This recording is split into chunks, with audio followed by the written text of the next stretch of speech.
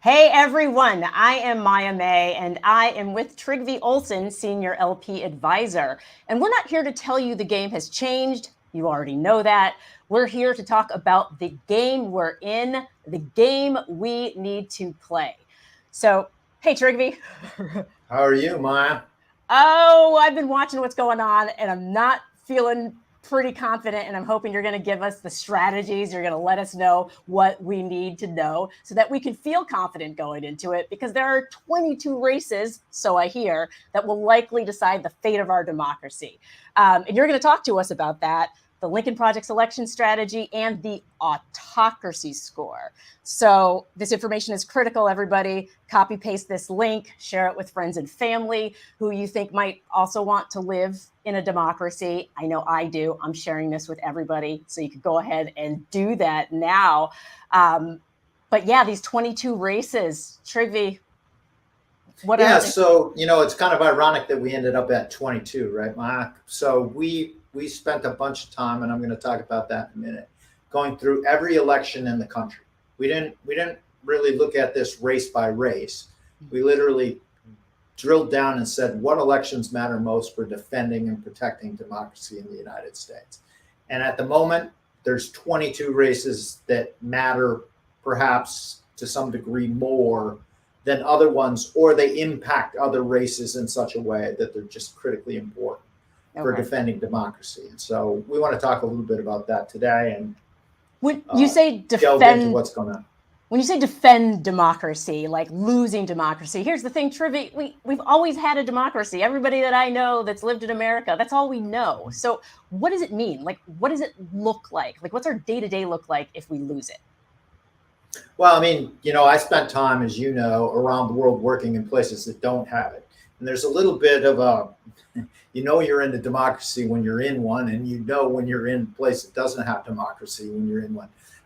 It's really about ultimately people having an opportunity to choose. And really, are we going to be a country that has win-win debates about policy, or are we going to be a country where everything is a battle for power and a zero-sum country where one side has power and the other side doesn't, and policy is only a means to an end to gain or attain power? That's really what its foundation is about. Okay, and we're kind of seeing a little bit about what it means when one side only has power, this autocracy where they're making rules that everybody else has to live by without any deliberation. So like, I'm in California, I'm safe, right? I don't have to worry because all that stuff that's going on is going on in Florida and Texas. Do I need to worry about that stuff? Well, I mean, that's one of the things that we're really trying to focus on. I think that makes Lincoln Project different in terms of how we're identifying the races that matter. You're in California, right? You're going to cast your vote in the presidential election. California is likely going to vote for the Democrat nominee. But the reality is there are races in places like Michigan or Wisconsin, who's governor of Wisconsin, or who's governor of Michigan, or the races that are coming up in Pennsylvania that we'll talk about in a minute. They're actually going to matter because in some of those places, depending on who's governor, who's secretary of state, it's going to have an impact on you in the sense that you vote for president. California casts electoral votes, but it's really hard for a Democrat to win without winning one of those states. And if the result is predetermined and you have candidates running for governor in all four of those states who not only, are not pledging to honor what people do in those states in 2024, but they're still talking about overturning 2020. It does matter to you in California what happens in those places. And part of the reason, that's part of the game that we're forced to play. In a functioning democracy, you in California could worry about casting your vote and who's elected and representing California. But now you have to engage and worry about who's being elected in all these other places that are about defending democracy nationally. So that sounds exhausting. What you're saying is basically because democracy feels like it's crumbling, I do have to, in fact, pay attention to what's going on in these other states. And you came up with an autocracy score in order to come up with these ratings. How did you do that? What is the autocracy score about? Can you explain it? Yeah, so it's really a score about how important the elections are to defending democracy. And what we did is each election, and we looked at every statewide election that's going to be happening across the United States in 2022. We looked at all of the House races that have been rated by Cook or by Larry Sabato's crystal ball as being competitive. We've looked at every United States Senate race because obviously they're statewide races. We even delved into who's running for Attorney General. And each of them was given a score, and they range from 3 to 20. We scored them on 3 specific areas of how they related to 2024, to control of the guardrails of democracy, and how do they rate as it relates to illiberalism? How illiberal is the candidate that's running? And it really gets to the heart of what Lincoln Project strategy is. We're focused on winning critical races in 2024 for defending democracy. That's part 1 of our strategy. Part 2 of our strategy is focused on that element of control, finding opportunities to impact and retain control of Congress or of these places or offices that are the guardrails of democracy. And then the last is, how do we defeat and harass illiberal autocrats and their enablers? And, that's really what Lincoln Project is famous for, right? Like, you go on your show and you talk about, here's the Lincoln Project's latest ads, and they talk about it on MSNBC and elsewhere, and people are buzzing about what we're saying. That's what we're known for, but we're also going to be taking that down into what are the races that are most important for defending democracy. And that's really what strategically how we're melding these together, because if the wrong people win some of these elections in 2022, it's going to make having a legitimate election in 2024 really hard. The siren's going off. You just said something that I need to hear again, Trygve, right, because you keep talking about this, like, this future, this kind of dystopian future, which I'm feeling like we're a bit already. Can you repeat that? Yeah. So, the reality is there are elections in 2024 in various places, and that's what we've rated here. That if the wrong candidates win, it may make having a free and fair election in 2024 really hard, and one that's accepted, because there are people that wanted to overturn the 2020 elections. There are people who haven't accepted the results, and it's hard to see if some of those people come into power that in 2024 that they're really going to care about what the actual results are, because they're not about policy, Maya. They're about gaining and maintaining power. That is the game we're in. That is the autocratic game. That's what Joe Biden means when he's saying this is a battle between democracy and autocracy. They want to use whatever mechanisms they can to instill fear in people and have power. And it is working, and that is why we have to pay attention right now, and we have to play the game we're in. I love that you say that, not the game that we want to play, because we want it to be bipartisanship that, but really it's about knowing that game. And these races are pivotal. Pennsylvania, super pivotal. Let's start there, because the governor's race, it's a bellwether, right? Like, what does this race tell us about what's happening nationally? And obviously there have been events that have happened in the last day that have affected this race. Yeah, well, certainly they've impacted the Senate race, right? So, tomorrow is the Pennsylvania primary. And, we start, when we analyze these races, start with the governor's race, right? Like, it's first statewide race, top statewide race in each place. The governor's race in Pennsylvania right now, all the action is on the Republican side tomorrow. And you've got this primary, and you have a state senator, Doug Mastriano, who's a hardcore Trump person. He is one of those people that would like to overturn the 2020 elections. He was somebody that was a pretty rabid anti-mask person. He is the real deal when it comes to MAGA. And he is the MAGA candidate. He is likely going to win. And he's pulled ahead a while ago. There was some talk that, the Pennsylvania Republicans would try and come together and find a candidate or rally behind a candidate, but that hasn't happened. And what you see is, as we scored these races, we scored every race on how important are they to 2024 and those things I talked about. How important are they to control the state election mechanisms?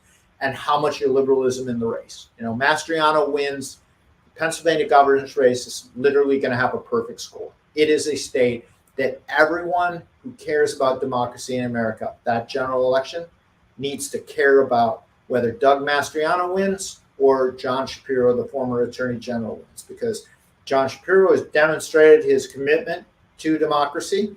Doug Mastriano has made it very clear, you know, what he thinks about the last election in Pennsylvania in terms of whether that should count or it should be something else. That is a race that based on that, you know, likely scenario on the Republican side, that general election is going to be one of the top 3 in the country. So, you know, if this were preseason football, Maya, this would be just as Wisconsin starting to roll through the Big Ten and taking out, you know, some of those teams from Illinois. Some of those, I think you're referring to the Bears, my hometown team, and I'm not going to say too much on that. But here's the thing: so because it's kind of bonkers that the full-on MAGA candidate might be in charge of counting the votes, like might be able to control how the votes are counted. This is a person who wanted to overturn 2020, who still wants to overturn 2020. And right now, like Pennsylvania is like rife with this because the governor race, it's not the only race full of bonker like MAGA candidates. Like what's going on in the Senate? Because that's crazy there too. Well, so the Senate race in terms of the primaries has actually been the one that's getting most of the attention, at least in terms of media attention, the Republican primary. That governor's race, because Mastriano has developed such a big lead, really isn't getting the attention. It's important, though, for people to understand is when we pivot to after the primaries, that governor's race will be slightly more important than the Senate race because that governor's race is going to drive turnout. But to your point, you know, so the conventional wisdom was in Pennsylvania on the Republican side, you had a situation where it was kind of like Ohio or some of these other states. You know, the establishment Republicans had their candidate, McCormick, and the MAGA people had their candidate, Dr. Oz. And all of a sudden, this woman, Kathy Barnett, who is sort of the mega MAGA candidate in the race, she has a really compelling biography. She's an African-American woman. Her mother was raped. She carried her to being born. But she has really run the middle. And now you have this strange confluence in the last 5 days as she's pulled even with McCormick and Oz, where literally Donald Trump's forces and Mitch McConnell's forces have come together to try and stop her because she's pretty out there. Yeah, she is. Mega MAGA it sounds like a cartoon. I do not want to see, I don't want to see much at all from this Kathy Barnett, but unfortunately we have to look crazy in the face sometimes. And I don't know if y'all have seen some of the things that she said, some of the clips. And so I think we should show it just because we need to know what we are working with. 2 men sleeping together. 2 men holding hands, 2 men caressing. That is not normal. If love is the litmus test, who are we to say, well, your love is legitimate love, same-sex couples, but your love, father and daughter, is not legitimate. Or your love, 1 man and 3 women, is not legitimate. Or 1 older man and a 12-year-old child. If love is the litmus test, it becomes a very slippery slope. And that is where we find ourselves today. You are not a racist if you reject Islam or if you reject Muslims, because they are not a race of people. They are a particular view. There are people that have a particular view of the world. And we have a right to discriminate against worldviews. Now, all right, these clips, these statements from Kathy Barnett, this wasn't like 2 centuries ago. This was this century. It's absolutely ridiculous. And so here's the thing, you know, you talked about her background, her story. I want to talk about that a little bit, Trygve, because seriously, like if you can't say something nice, don't say nothing at all. I learned that from Thumper's mom. That's Bambi. And unfortunately, Kathy Barnett did not learn that from hers. You know, I'm concerned about the fact that she called gay relationships not normal and implied it will lead to incest and pedophilia, and said we have a right to discriminate against Muslims, comparing Islam to Hitler. Like, it's crazy to me because her life story didn't lead her down a path of compassion and empathy, but instead a path of control, total control.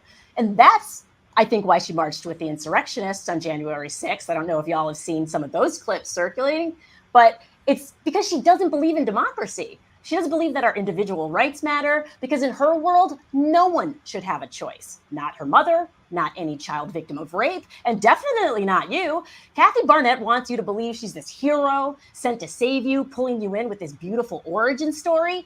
But remember, villains have origin stories too. Someone who uses their mother's heart-wrenching story to further vilify victims of rape and incest is most definitely a villain. You know, and the fact that a woman with so much hate in her heart has gained so much support from the good people of Pennsylvania, that is proof that America, I feel like we need to do some healing. We have some healing to do, because we can't let the Kathy Barnetts of the world lead us down a path of hate. It's not where America is going. Like, look around. Seriously, look around. We live in a diverse democracy. That's the reality. And the only prosperous path forward is an inclusive one, where our rights coexist. That's democracy. That's how it works. And if she doesn't like it, she can leave. Kidding about that part, but maybe not. Maybe she can leave. I don't know. I wouldn't mind if Kathy Barnett left. But there's hope, Trygve, right? There's hope. You know, I mean, obviously, there's part of me that's a simple guy from Wisconsin, but she may be a perfectly nice human being, but what we would say up there is she's batshit crazy. I mean, her political views are batshit crazy. That's just nuts what she's pushing. And honestly, she's trying to wrap it in some kind of, I assume, evangelical Christian sort of, it kind of left me speechless, because in truth, it's just nuts. It's nuts, and it's not sustainable. It's not sustainable. So it tells us where. No, and I think I will say, you know, both the Trump world and the McConnell world appear to be pretty shaken by the fact that she may win, because, you know, and the Republican Party's been down this before in 2014. But we should talk a little bit about the other thing that's roiled that race, right? So on the Democrat side, you have a primary tomorrow between Lieutenant Governor John Fetterman and Connor Lamb, who is a moderate Democrat congressman from near Pittsburgh. And, you know, that race, we rate it as important, not because of the liberalism, but what it means for control. Fetterman is likely going to win that race. Connor Lamb hasn't really connected. But what's roiled this race is in the last day, Fetterman has had a stroke. Right. And so, you know, and Fetterman would be the more progressive between himself and Lamb. So it could be setting up to have somebody like Kathy Barnett, who incidentally goes by Kathy for Truth on Twitter, which says a lot about what she thinks of herself. But versus Fetterman, who's seen as more of a progressive. I mean, he says he supports a lot of Bernie Sanders kind of stuff, and now he's had a stroke. So, you know, Pennsylvania is setting itself up for a race in a general election that is going to have a lot of elements of really harshness in it. Obviously, if Barnett gets through, particularly with Fetterman and some of the uncertainties about what happens with him, that race could really go up in terms of its score. It's going to be a big race anyway, because it really matters for control. It would be really helpful for the Democrats to win it. They don't have to win it, but it would be helpful for them. So, you know, we have that race, you know, it's in the top. We're going to talk about the top, you know, 20 and top 10. But it's right up there. There are some races that matter more, like that governor's race that we have scored. You know, it's going to be a 20. It's going to be one of the 3 biggest races in the country. But as with most of these states, there's key Senate races going along in these states where there's governor's races. Okay. And then there are also a handful of House races in Pennsylvania that we should be looking. Okay. Yeah, so one of the things, Maya, that people, you know, when we did this project and we were really digging down, thinking about democracy, one of the things you see is a score about 2024 and these races. And these various races matter because each of them are held by Democrats at the moment. One of the things that we really tried to delve into is if Democrats lose House seats in a state, would it, or Republicans gain, would it, if a race, God forbid, ended up in the U.S. House, right? They vote by, each state votes by delegation. So California would have one vote, Pennsylvania would have one vote. It's a big deal in Pennsylvania with this because if Democrats lose 2 of those seats, Republicans pick them up, Republicans would actually have a majority in the Pennsylvania House delegation. So it would tip that. Those are all races that were really close. You know, you've got races, the 2 seats that are along the New Jersey border, they're in the collar counties of Philly. And then you got 2 races that are out in western Pennsylvania around Pittsburgh. You know, Pennsylvania is in many ways a microcosm of the rest of the United States. You have major cities, then you have the suburbs around them that are sort of the swing areas, the Bannon lines. And then you have the more rural areas that vote Republican.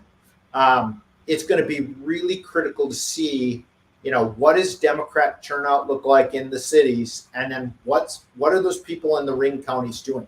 Because they're the ones that, quite frankly, as Republicans, if they're nominating people like J.D. Vance, if they're nominating people like Kathy Barnett, you know, they're a big distance from the Republican senators that currently represent Ohio and Pennsylvania, Pat Toomey and Rob Portman. You know, you're talking about people who are 1 or a 2-1 illiberalism to people who are 5s. That's going to impact down into these House races. Right. And that might show that we're moving in the wrong direction if some of those people get in. That is for sure. Let's turn to the North Carolina primaries. What's the big picture with North Carolina? Yeah, so North Carolina is interesting. So there's an opportunity in North Carolina in the Senate race. So Ted Budd is likely to beat McCrory, who is the incumbent governor, or was the governor. Originally, everybody thought McCrory, who is the non-Trump candidate, was going to win. You now have the Trump candidate kind of running away with the race. The Democrat is set. It's former Supreme Court justice. And that's going to be one of those races that we're going to watch, because one of the things people have to understand about what we're doing with the Lincoln Project and rating these, and I think you and I are going to have a lot of fun. We're going to have a little sports center going on. Booyah. But you know, these ratings are going to shift. And North Carolina is like one to watch. You know, they're the ascending team. They maybe not in a good way, but that may become a race that becomes more important. You know, if Democrats start struggling in some of these other Senate races, that might be the kind of race that becomes a lot more important as it unfolds. You know, right now, before the primary, it's somewhere between 9 to 16. I think we're going to see the North Carolina Senate election creeping up those ratings in terms of how important they are for democracy. It's never going to be one of the top 10, but it may be a race that matters greatly before all's said and done. And I love the sports analogy. I think it's a great way to look at it. And what's great about this is that we can actually have an impact on this in ways that we can't when we're cheering from our couch for our favorite sports teams, the Bears. So when we say that we are watching these races and following these races, what are some of the things that people can do at home to help move this in the right direction? Right. So, you know, the great thing, I was saying this to you, right? We were talking before the show, and you're like, well, I'm in California. Like, how do I impact a governor's race in one of these states? Well, you know, the great thing is, you know, there's a lot of things that people can do. There are ways that phone calls can get made, you know, from wherever you are in for those campaigns as you get closer to the election. There's the opportunity for people to be smart and strategic with their giving. You know, I know that if you're a Democrat and you see Marjorie Taylor Greene or some of the established Lorena Boebert, you know, or Ron DeSantis, and you think, boy, I really want to give to their opponent. In the game, we know that would be great, but the truth Right. of the matter is that you're not going to beat, Marjorie Taylor Greene or Boebert in her district. So the key becomes that's an alert. I want you to Yep. say that again, because a lot of times we're like, yeah, let's get Lauren Boebert out of there, and we want to send all of our money. We're sending our money to the people that they are running against, but you're saying that that's not what we should be doing in the game we're in? No, actually, I mean, truth of the matter is, if you're thinking about, all right, I got some money, extra money to give, and I want to give it to a place where it's going to have impact, you might get consumed with your hate for Lorena Boebert or for Marjorie Taylor Greene. But to be honest, Georgia 14, Marjorie Taylor Greene's going to win that race if she's the nominee of the Republicans. The Democrats could run. I don't know who's the most famous person in the history of Georgia or the most popular. It wouldn't matter, right? It's just that Republican. Mm-hmm. That money would be a lot better spent giving to a Secretary of State candidate in Michigan, Jocelyn Benson, or to Shapiro, the governor's candidate, or one of these congressional candidates, Susan Wild in Pennsylvania. That would be a much better way to strategically, if you're concerned about democracy, Yes. And then you get the I feel good because I'm doing something to make a difference. But on top of that, you're doing it in a place that can make a massive difference. Yes. And I will tell you, some of these races, as we're doing this analysis, and we're going to put this out for people, there's some places we're just starting this process. We're looking even at state legislative races. Mm-hmm. And, if somebody's going to give, $25 in a state legislative race in some of these states, it's a big deal. You get 20 people who weren't going to give, who end up giving that can be a difference maker in a state legislative race. Huge difference maker. So we're going to really focus on that. We're going to focus on figuring out where are the opportunities for people to make calls if people want to go to these states, even if people who live in these states or districts, reaching out to them, letter writing campaigns. And that's really where the union is going to play a key role. Because we're partnering with all kinds of other organizations. If you're not part of the union, I would say join the union right now. I can't remember what is it? www join the union. .us, and I think we'll be able to throw that up on the screen because I'm glad that you mentioned it because the union is made up of organizations who are on the ground and know what people actually need in their local communities. And that's how this is going to be won in those local communities and pushing your dollars. I think that's such an important point that you made, Trygve, is that we can make a real impact. $25, the cost of what is that? 3 coffees now, 4 coffees, depending on where you're at. You can make a huge difference and save our democracy. So please make sure this is a reason to come back and watch this show, share this with your friends and family so that they know the right strategy to understand the game that we are in. It's super important. Now, we know it's coming up, but can you just recap really quickly where we are right now? Like we've been through 2 weeks of primaries, Ohio, Nebraska, West Virginia. Can you talk about those races in terms of the autocracy score? Yeah, I mean, there were some interesting developments, right? So in Nebraska, Donald Trump's candidate in the governor's race there lost to an establishment guy who had the backing of the current governor, Pete Ricketts. Now, granted, that guy, I know this is going to shock you, the Trump-endorsed candidate had accusations that he groped like half the women in the Republican caucus in the Senate. Right? I know, really. So that was kind of a good news. That CG is pretty funny. Yeah, I was like, that's a great banner, Sam. Thank you. I like that. In West Virginia, you had a primary that pitted a sort of moderate Republican incumbent versus another incumbent, Mooney, who was Trump-endorsed candidate, won there. It's West Virginia. That race, the primary, I think we'd scored it up like a 12 or 13. Mm-hmm. Now it's a 3 because they're gonna win that. Ohio, the JD Vance, obviously, mega, maybe not super mega, but like we're gonna have all these degrees before this is over, right? Like at the rate we're going. But JD Vance won that primary. He was the Trump-endorsed candidate. You know, he's a guy who made all his money out in San Francisco. He got a ton of dough from Peter Thiel, Super PAC. I think Peter Thiel put in $15 million. That's going to be a name I think we're going to talk a lot about on this show because he's backing a lot of these candidates. Okay. What's most important for people to understand about Ohio is, and you're going to start seeing this in the rankings, I think, J.D. Vance winning the Senate race and Trump's candidate pulled across a lot of MAGA candidates at the congressional level. And we're guessing, we're just, as I said, starting this at the state legislative level. And that's going to create some opportunities, right? Like the crazy is not getting better, it's getting worse. That's what we've seen. And it's well funded. The situation in Nebraska, that's the anomaly, not the pattern. Okay. Yeah. And you mentioned it was Peter Thiel that you mentioned, Trygve, Peter Thiel.